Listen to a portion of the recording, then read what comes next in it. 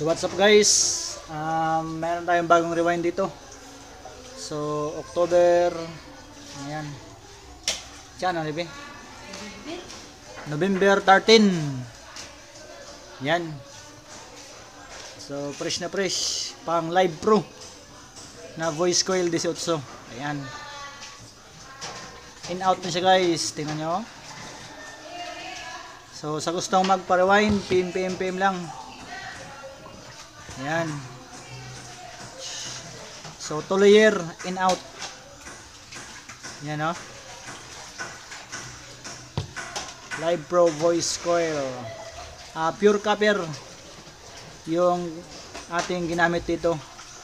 Yan.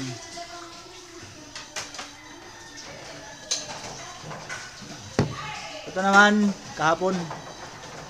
So pang TNT speaker. Yan. In out din. So bali 4 layer to ang rewind. So itong ating Live Pro ay mahaba yung rewind niya, pero in out na 2 layer.